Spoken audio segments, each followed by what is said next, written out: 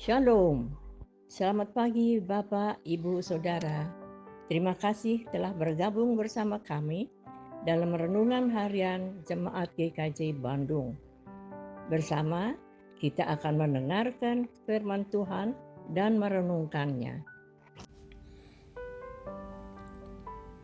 Saudara-saudara warga GKJ Bandung, selamat pagi.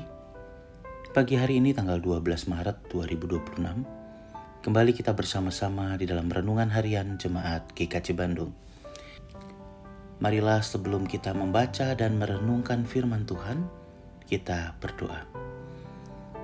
Bapa dalam surga, terima kasih Tuhan atas berkat-Mu di pagi hari ini.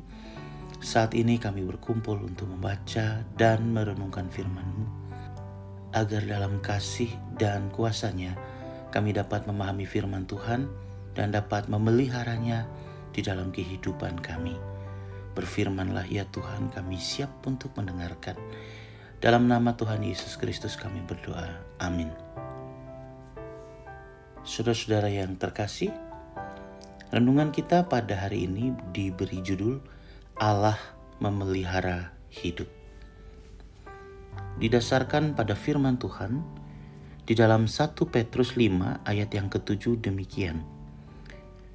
Serahkanlah segala kekhawatiranmu kepadanya, sebab Ia yang memelihara kamu. Saudara-saudara, hari ini kita hidup di dalam suatu masa yang penuh dengan ketidakpastian. Berita tentang krisis ekonomi, naiknya harga kebutuhan, ketidakstabilan pekerjaan, dan masa depan yang terasa tidak menentu seringkali membuat hati kita dipenuhi kekhawatiran. Mungkin banyak di antara kita yang dalam hati berkata, apakah hidup saya akan baik-baik saja? Apakah saya akan mampu bertahan menghadapi hari esok? Di tengah dunia yang seperti ini, firman Tuhan di dalam 1 Petrus pasal 5 ayat 7 berbicara dengan lembut, tetapi membawa pesan yang kuat. Serahkanlah segala kekhawatiranmu kepadanya, sebab Ia yang memelihara kamu. Ayat ini tidak mengatakan bahwa kekhawatiran itu tidak ada. Alkitab sangat realistis tentang kehidupan. Bahkan dalam konteks surat ini, jemaat yang menerima surat Petrus memang hidup dalam tekanan, ketidakpastian, dan penderitaan. Tetapi Petrus mengingatkan mereka akan satu kebenaran yang tidak berubah. Allah memelihara hidup umatnya. Kata memelihara di sini berbicara tentang perhatian Allah yang aktif. Bukan sekedar mengetahui keadaan kita, tetapi Ia benar-benar menjaga, memelihara, menuntun kehidupan kita. Di dalam gereja kita, gereja-gereja Protestan mengenal istilah Providentia Dei atau pemeliharaan Allah atas seluruh ciptaan. Tidak ada bagian hidup kita yang berada di luar tangan Allah.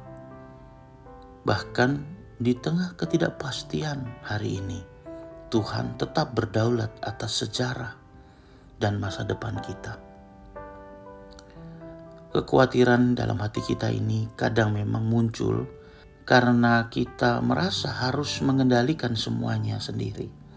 Kita berpikir bahwa hidup ini sepenuhnya tergantung pada kemampuan kita.